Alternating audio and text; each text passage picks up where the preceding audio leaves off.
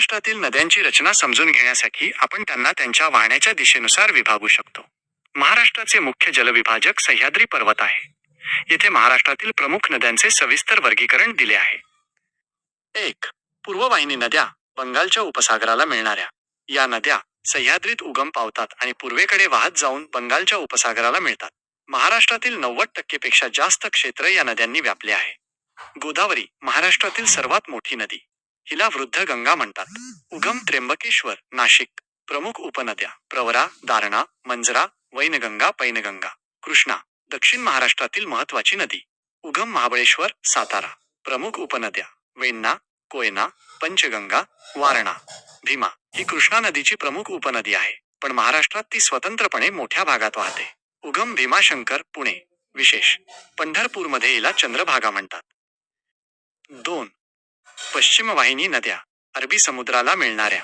या नद्या पश्चिमेकडे वाहत जाऊन अरबी समुद्राला मिळतात. तापी व नर्मदा या नद्या उत्तर महाराष्ट्रातून वाहतात. तापी महाराष्ट्रातील सर्वात लांब पश्चिम वाहिनी नदी. उगम मुलताई, मध्य प्रदेश. नर्मदा महाराष्ट्राच्या उत्तर सीमेवरून थोड्या भागातून नंदुरबार जिल्हा वाहते. कोकणातील नद्या या सह्याद्रीत उगम पावून थेट अरबी समुद्राला मिळतात. या नद्या लांबीला कमी पण वेगाने वाहणाऱ्या असतात. उदाहरणे वैतरणा, उल्हास, सावित्री, वशिष्ठी, शास्त्री, तेरेखोल. 3.